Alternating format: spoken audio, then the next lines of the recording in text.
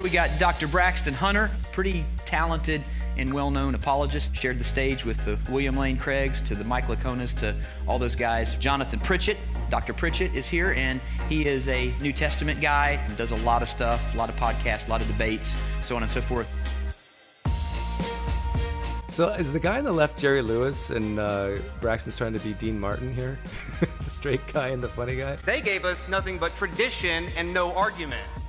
All they did was get on this stage, yell real loud, and set a straw man on fire. Okay, now, I was not impressed. The hell, Jonathan Pritchett. Is this Jonathan Pritchett? Gresham, Jonathan Pritchett. And respectfully, that sounds like a little bit of a dodge. I'm claiming victory. It's where I come from, extraordinary claims require extraordinary evidence.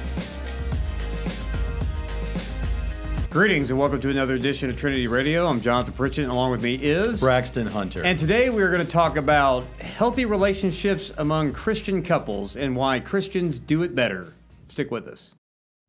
This is the first word. Discounted chocolate. I love chocolate, but even more importantly, my wife loves chocolate. And one of my favorite things about Valentine's Day is that after Valentine's Day, all the chocolate goes 50% off or better. So I don't actually buy my wife chocolate for Valentine's Day usually. I might get her a Toblerone bar, which they never go on sale for whatever reason. But all the other chocolate, let me tell you something. After Christmas, I bought a ton of M&M candy canes that were 25 cents a piece. I didn't buy them before Christmas, I bought them after Christmas, right? And now that Valentine's Day here, I'm not stocking up on chocolate for Valentine's Day. I'm gonna wait till after Valentine's Day. And then I'm gonna stock up on chocolate because it's gonna be cheap. And that's good news.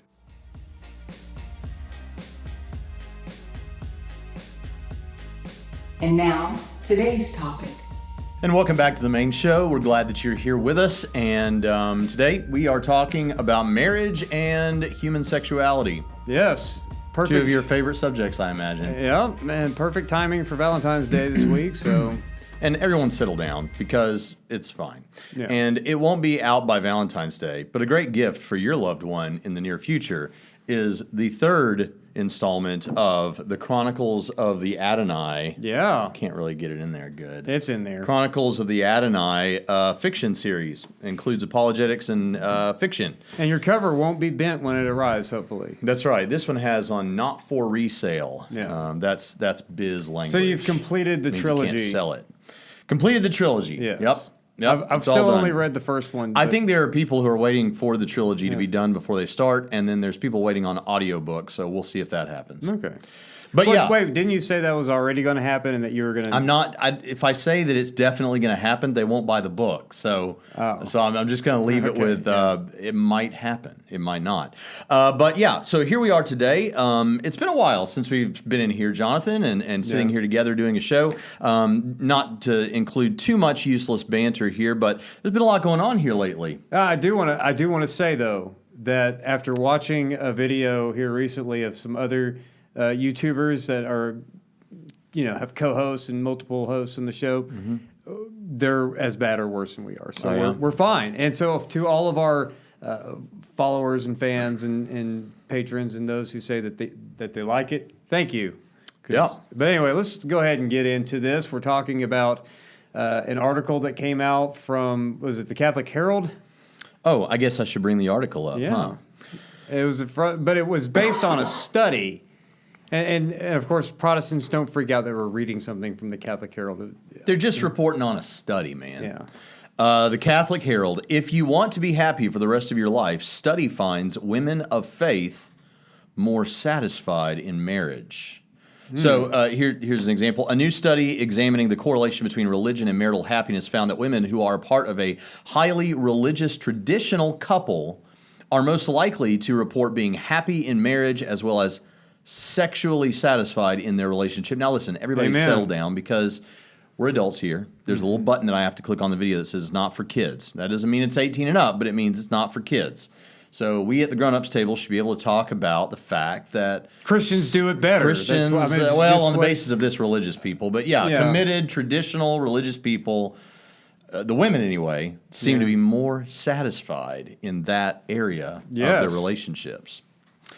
How about that? You know what I mean? And we're both okay. You know what? There's a long lost Trinity Radio episode. Yes. You know what I'm talking released, about? yeah. On marriage. Yeah. When we first, back in 2017, started up on the YouTube thing, we did an episode on marriage. We were like, that was the most boring episode we've ever done. Right. And so that doesn't reflect on the marriage. That's just what happened that day. Yeah. And so we ditched it. We deleted it. It's not even anywhere where I could get to it.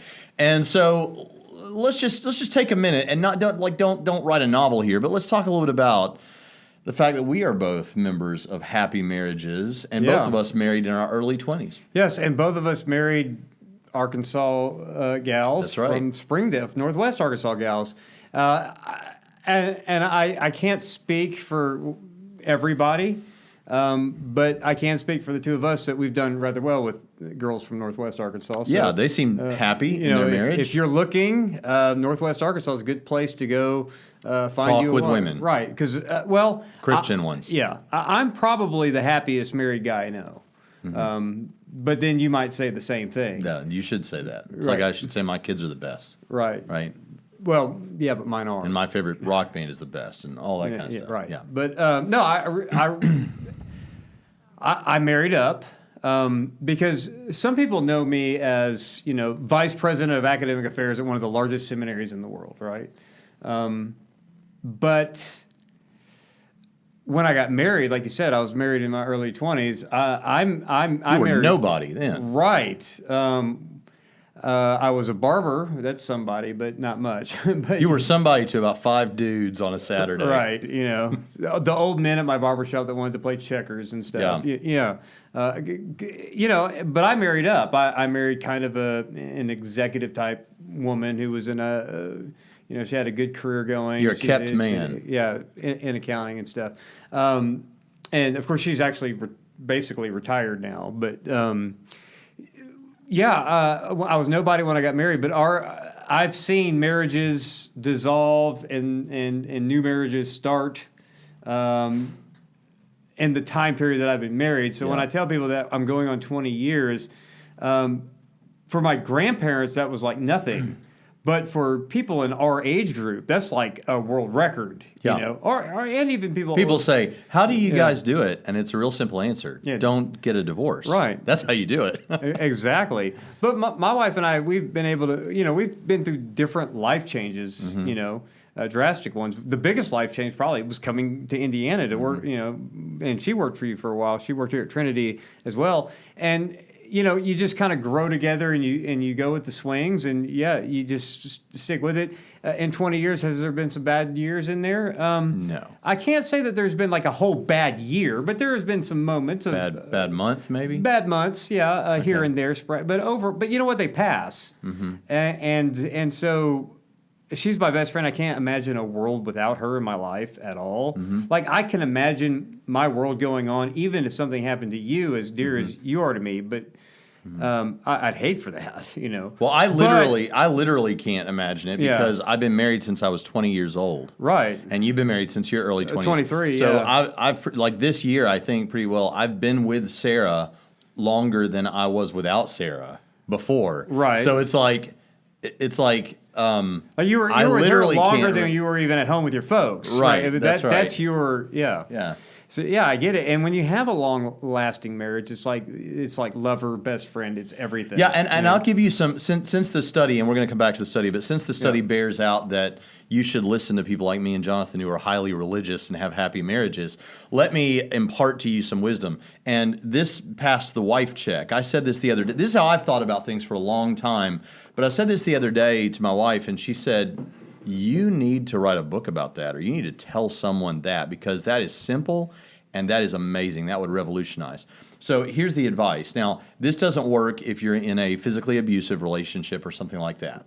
But the way I think about my marriage, and it's easy for me because, like we say, I've been married since I was 20. Yeah. The way I think about my marriage is I think, okay, I didn't get to choose who my parents are, and they're my parents. And I'm not getting out of that. Not that I want to, and of course not. I love my parents, but either way, even if I wasn't that wild about my parents, those are your parents. You've got Deal with great it, right? parents, though. I know. I won the lottery with my parents. Right. But or like my brother, like that's my brother. Well, what if I don't like him anymore? What if I'm bored with the relationship? Well, tough. That's your brother. That's you're stuck with him.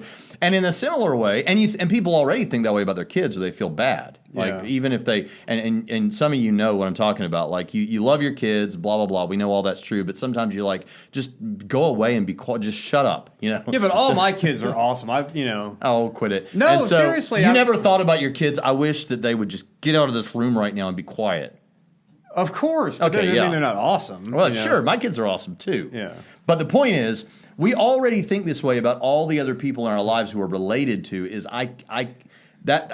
not my kid, and I think about that when you're in my office or I'm in your office. Yeah, but I you know did you're just thinking about, is he going to leave my office? I know you think about it. You've actually asked me. Well, if I'm editing video or get something. out of my office already. But I understand. Anyway, go ahead. The point I'm trying to make is you should think that way about your spouse. Again, unless there's something catastrophic going on that, obviously that's, let's be reasonable. But you should think, no, this is my wife. This is who I'm married to. And I've been married since I was 20, so it's easy for me to think that way. But no. What do you mean get a divorce? What do you mean you just walk away? No, this is your wife. Just like that's your brother and that's your parents. This is your family. Yeah. Deal with it, and make it better. Yeah, and the same thing with women with respect to their husbands Sure, as well. absolutely. And like you said, we're excluding like horrendous abuse and affairs and all that stuff. But I mean, just in those marriages where you see those people that say, well, I'm just not happy anymore. Yeah. Well, you know whose problem that is?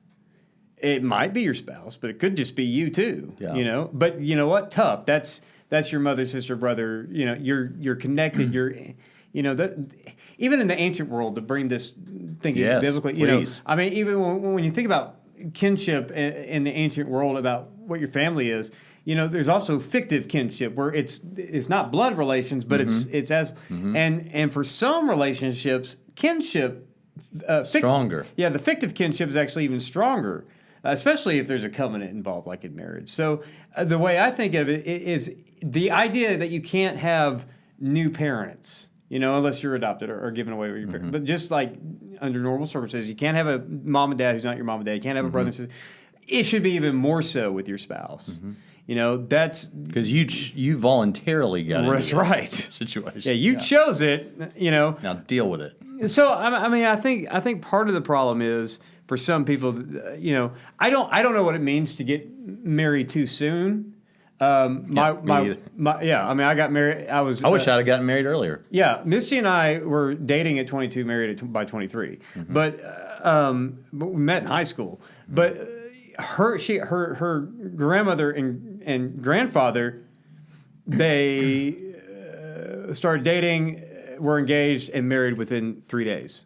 And you know what? And they were married up until he passed away. Happily? Oh, yeah. Great. Well, and this goes along with my theory. And so I don't understand the too soon or too late, but what they did have, other than a very religious household, in that case particularly a Christian household, is not just a commitment to one another, but the commitment to one another under God, kind of. So, but by all accounts, it was a fantastic marriage, so... and that plays into a theory that I've got, which is, and there's a lot of people on both sides that will not agree with me on this, but I believe you can love someone. Like if you're married to someone of the opposite sex, and even if you don't really feel like you have those feelings, I think you can love them. First of all, you can love them in the sense that in the sense that love is a verb, right? You can treat them lovingly. And I am a strong believer that if you do that and you commit to it, those feelings will arise. It's kind of like Tim Stratton, I think, says this about. But like if you married someone who has a kid like you did, yes, all right, is that okay to say? Okay. I married a single mom who You were the knight in shining armor. Like I said, I married up. She's the knight in shining armor. Right, so she got a second child when she married me, pretty much.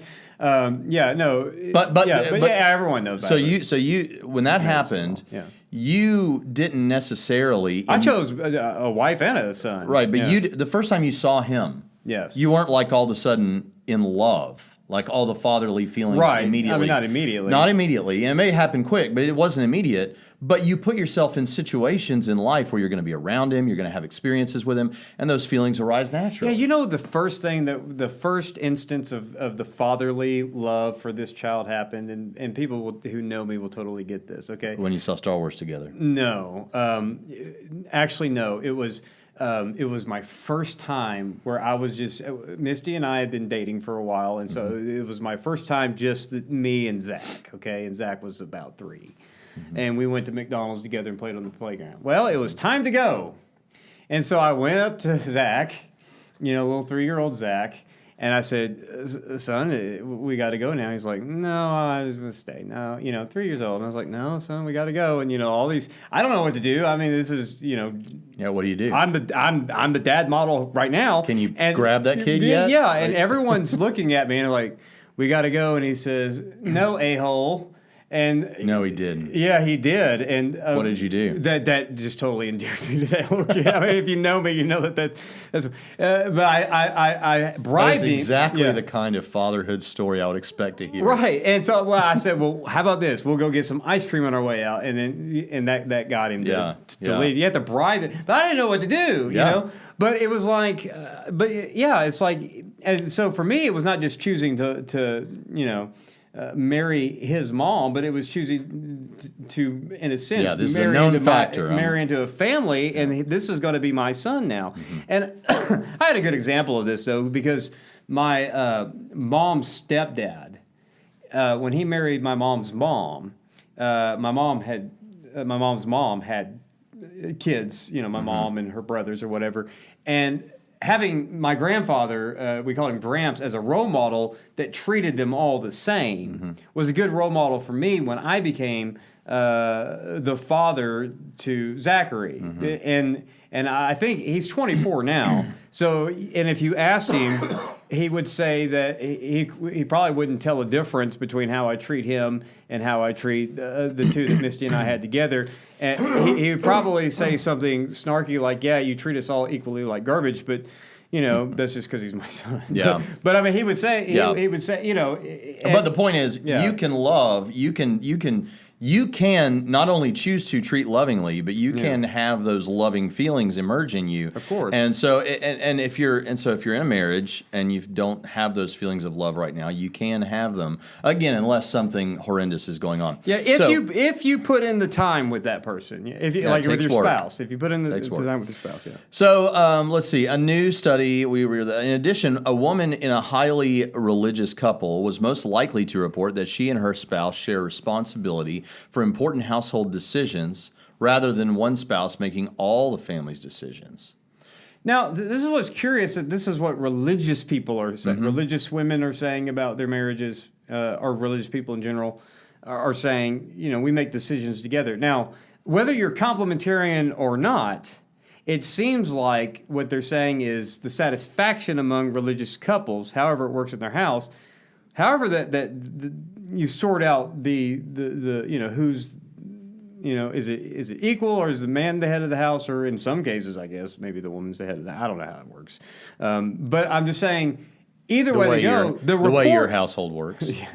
No, see, it's interesting. In my house, I'm a egalitarian. My wife's kind of a soft complementarian. Yes, thing. she's right. And so the way it works in my house, well, I have the final say because I have to. But my wife also is smarter than me on these kinds of issues that I delegate just about 95% of all decisions to her, because she has my support.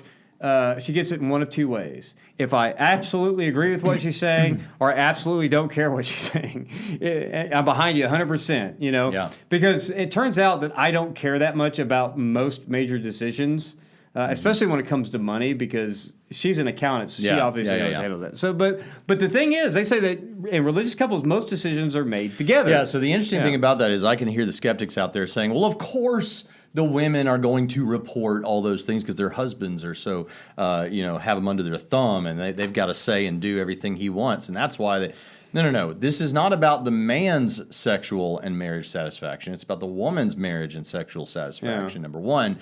And secondly...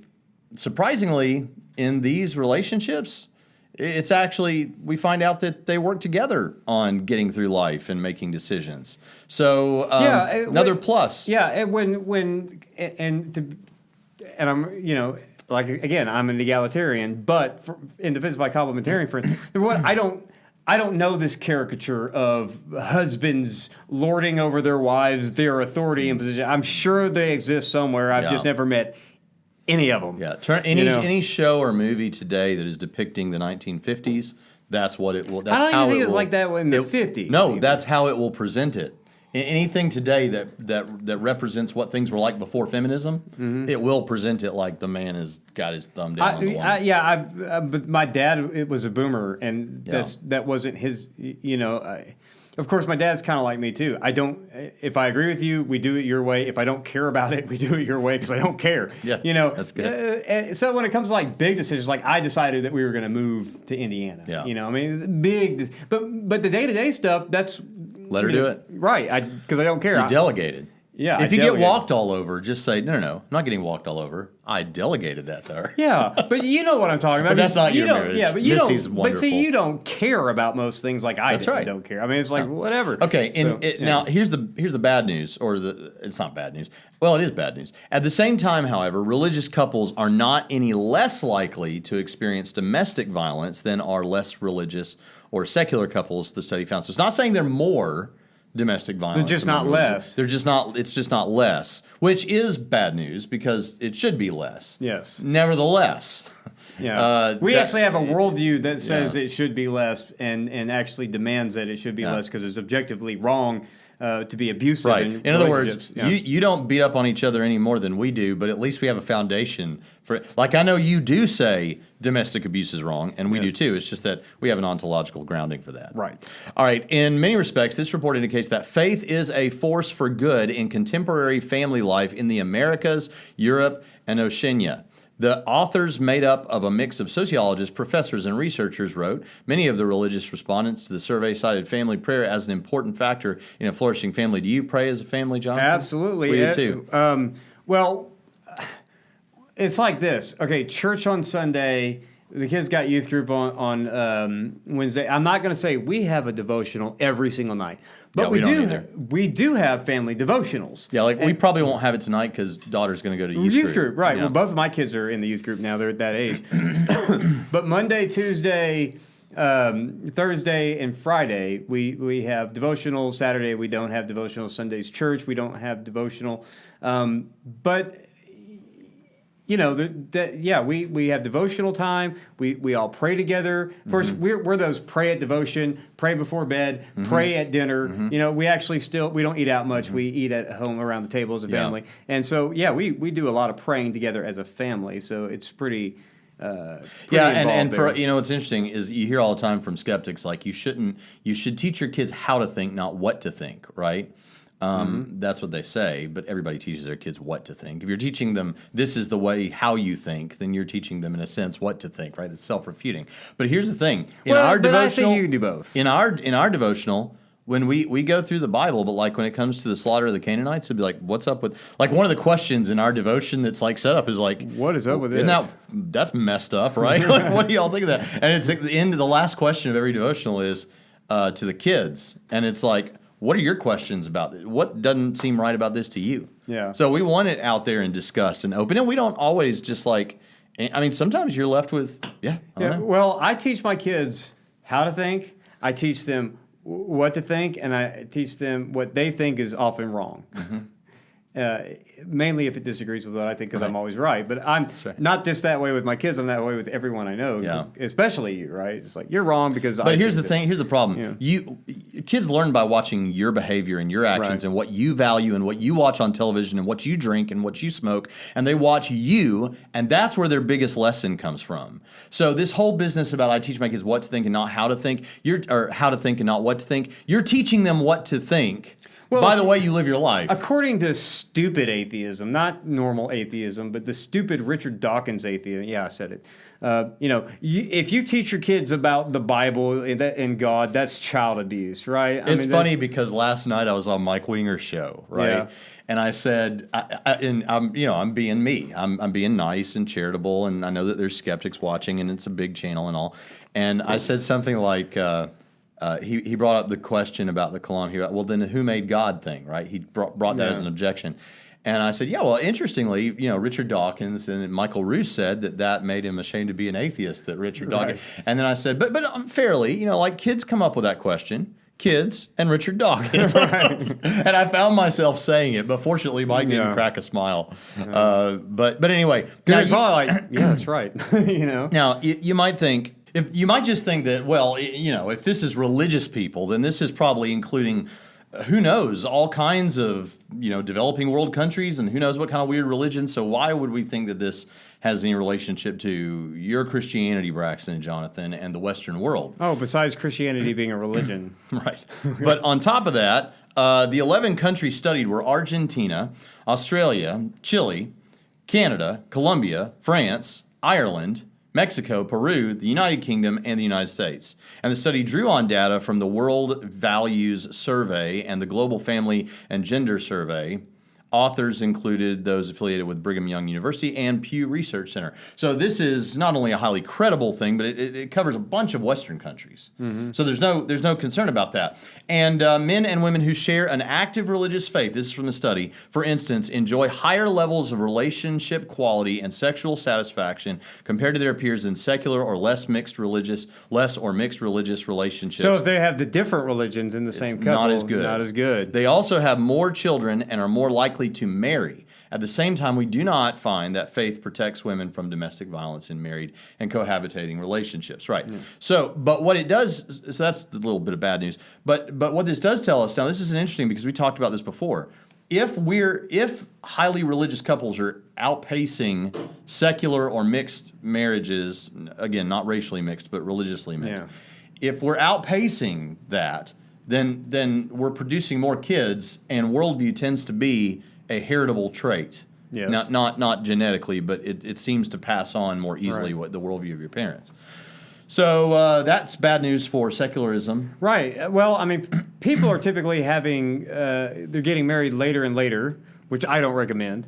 And of course, people are having less kids in general, probably including religious people having fewer kids in general. But if religious people are still having more kids, I mean, what is it? Jesus said, the meek are going to inherit the earth, and your worldview can be, not just self-defeating, but self-annihilating. Yeah. I mean, it just, if you're not repopulating, because you're trying. I think that's why atheists are looking for what we would call spiritual children in the Christian world about disciples, because they don't have their own offspring to pass their worldview on, so they want to try to influence as many others as they can. So in that sense, it's pretty. That could be an explanation for why. People always ask, why are atheists and secularists and everybody else so evangelical almost about their non-faith? Right. Well, who else do they have to talk to about it except for people of faith?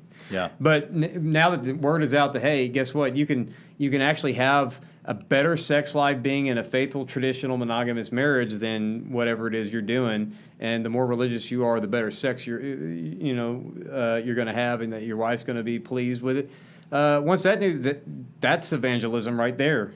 Jesus died for your sins, and have better sex. There you go. If it's true, why wouldn't we talk about that? Why would we not talk about that? Now, in terms William of... Lane Craig actually does talk about it. He says, but he cites more than this. This is a recent study. He cites study after study about how, Christian marriages, they have more fulfilled lives, and they have a better, healthier sex life and more frequent sex. Yeah, now you might be sitting out there thinking, okay, well, but maybe the domestic abuse side of this is worse, even though the people writing this article just cleverly worded it that it's not. It's worse because there's a bigger population to pull from. Well, but hold on. It actually says the study found that women in highly religious couples are neither more nor less likely to become victims of intimate partner violence, and men in highly religious couples are neither more nor less likely to be perpetrators of intimate partner violence. Domestic violence, including physical abuse, I don't know, sexual abuse, emotional abuse, and controlling behaviors,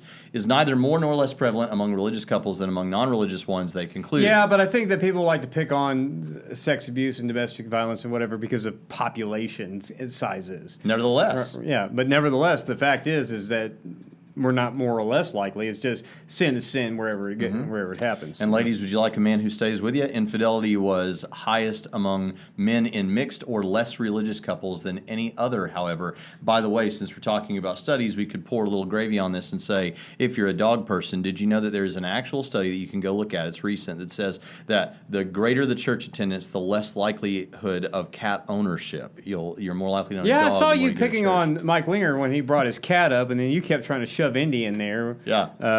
Although Although women in less or mixed religious couples have a 26% probability of ever having been the victim of violence in their relationship, compared to a 21% probability for women in highly religious couples, and a 23% probability for women in shared secular couples, none of these differences are statistically significant, the author notes. Yeah. What about fertility? In terms of fertility, the study found that people aged 18 to 49 who attend religious services regularly have 0.27 more children than those who never or practically never attend, and thus those with egalitarian gender role attitudes are less likely to be married and have slightly fewer children. The authors also examine a theory which they say is common among academics in their field, that a shift in many societies toward greater gender equality. They're not talking about egalitarian as a theological position. They're talking about in general. Right. Like a greater gender equality. Okay, the authors examine a theory which is common among academics in the field, that a shift in many societies toward greater gender equality, which often takes the form of married women continuing to seek work outside of the home, which I think is a separate issue from equality, perhaps. Right. May actually help to raise the fertility rate back to replacement levels in countries where it is especially low. Okay, who knows? So women who go to work are more likely to want Might to be more fertile. I don't know. In modern societies where women typically have high demands in the public, paid work sphere of their lives, support from partners is necessary to make bearing two children commonplace, the author explains. Today, this support often seems comes like in the common form of a sense, though. father involved at home with his family. If women commonly carry a second shift of work after they get home from paid work, they are more likely to retreat from childbearing than if they have a supportive partner on the home front. It is men sharing for the second shift, their involvement at home, that is expected to support replacement fertility. So the thing that's helping the fertility problem is that the man is more involved, man. Right. And that kind of flourish or comes out more when there's a woman working outside of the home. But don't be deceived. If that's true, this problem could be resolved even if a woman chooses not to work outside of the home. Yeah. Simply because the man gets more involved voluntarily. At home, yeah. It's kind of interesting when okay, so just to make it personal, like my wife and I both worked for the majority of our marriage until the last 2 years. And I would say that except for I guess it took until 2017 before I started actually ever making more money than my wife. I mean, believe it or not, he paid her more than he pays me when she first got here. Because she has a real degree, is what some people would say. but I mean, she worked. Now that she's at home, right, homeschooling her kids, and she has her little side businesses and stuff. But now that she's at home, if she's at home with the kids, and I come home and I check out, then she has that second shift with the kids because I'm not involved. You know, it would be no wonder if I wasn't involved if she was so tired that she had no time for me. Yeah. Right? But when you get home, when good husbands, and I'm going to, say that you're a good husband, and I'm a good husband, we get home, we get involved so we can hurry the night along and get the kids to bed so that we can, right. I mean, you know what I'm talking about. Well, but I'm saying, fellas, don't go home and plop on the couch whether your wife works or not. What they're saying is, whether she works or not, when you get home from work, if you work. Be cool, man. Be cool. Help. Be involved. Help. Be supportive. Right. Because your work day may have officially ended 8 o'clock. Are you saying hers just keeps going forever? Right. Now she's off work too, and y'all are helping each other. But here's another thing that needs to be mentioned here, though. That was a theory, right, about the workplace and more fertility. But here it says, quote, individuals who support workplace equality, that is, those who embrace a progressive gender role ideology, actually had significantly fewer children than those who supported favoring men when jobs were scarce. Even in areas such as Europe, where fertility rates are low across the board, people of faith have more children than their secular counterparts, they found. And across low fertility countries in the Americas, Europe, East Asia, and Oceania, highly religious people are not decreasing in number, and neither are their more traditional gender role attitudes impeding their fertility. Now, if you're the kind of person that hears that and you're like, wait a minute, Christianity or religion is decreasing. We're talking about among the highly religious. Right. You know, that you have people who are nominally religious, and they're nuns now, but what about the highly religious, right? And lastly, we have shown that people of faith contribute towards sustainable fertility in modern low fertility societies. Well, you have some people cheering low fertility, and some people cheering. You have antinatalists out there. You have the pro-choice movement. Yeah. I mean, so. For some people reading this, though, given their worldview, they're going to be like, yeah, I don't want kids anyway. Gross. Kids are awesome. And listen, are there, like we said a minute ago, there are percentages of the time that it's not pleasant. Yeah. But overwhelmingly, look, if you're a naturalist evolutionist, you ought to understand, like, you should recognize there is a propensity, a drive in us to have kids. And there's a great satisfaction that comes from having kids and propagating your DNA, or even if you adopt, and my brother's adopted, and I've never thought of him as anything but part of the family, but it brings out a part of you that you didn't know about. That now you get to be the mentor, the sage, this is valuable stuff that's a part of life experience.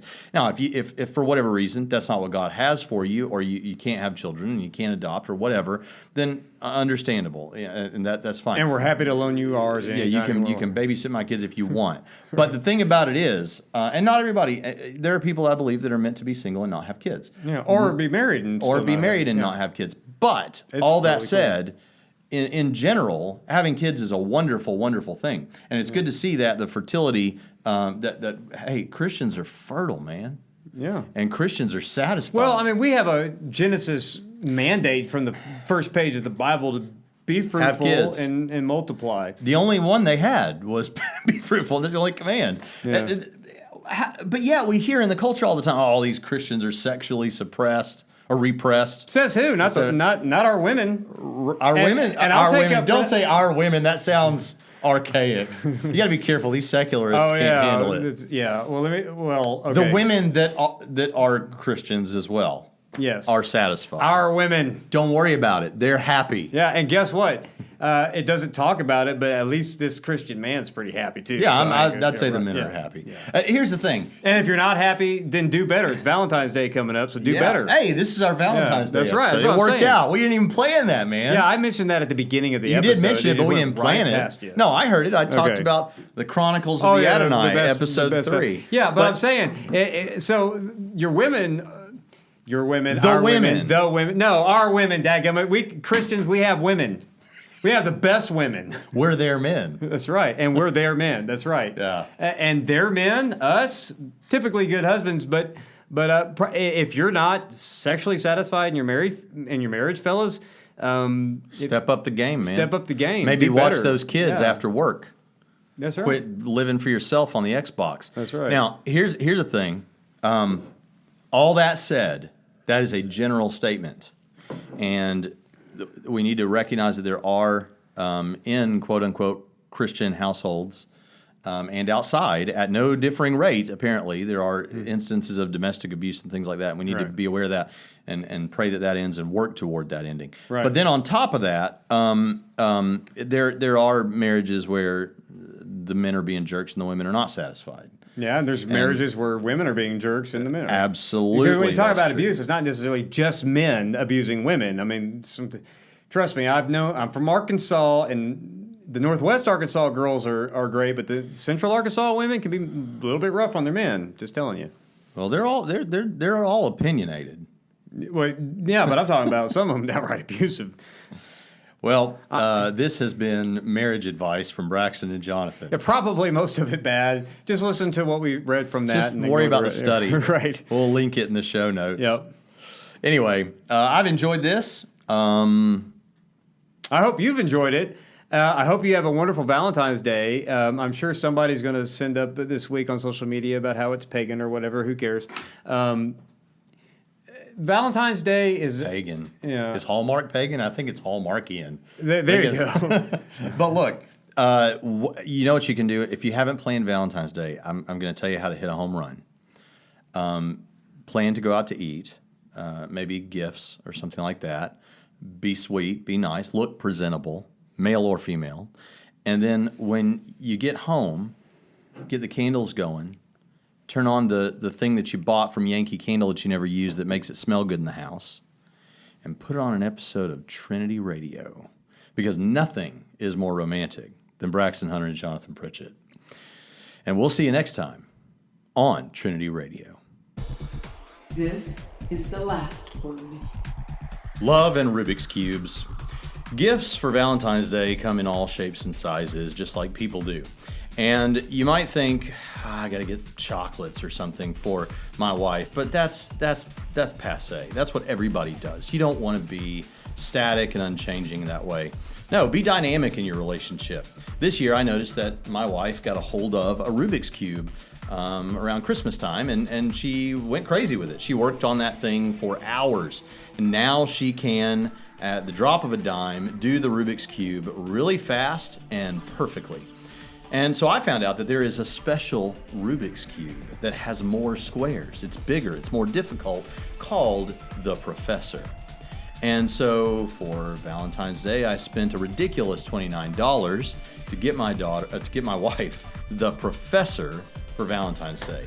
In addition to that, because the Rubik's Cube had been so meaningful to her and such an enjoyable way to pass the time while we watch movies that she doesn't care about, I also bought her the original patent for the Rubik's Cube on architect paper and framed so we can remember this Valentine's Day. So you can get chocolates, you can get flowers, or you can spend 10 minutes thinking about what is your wife into right now, and then buy her something related to that. Do not make her something. Let's be sensible. Buy her something related to that.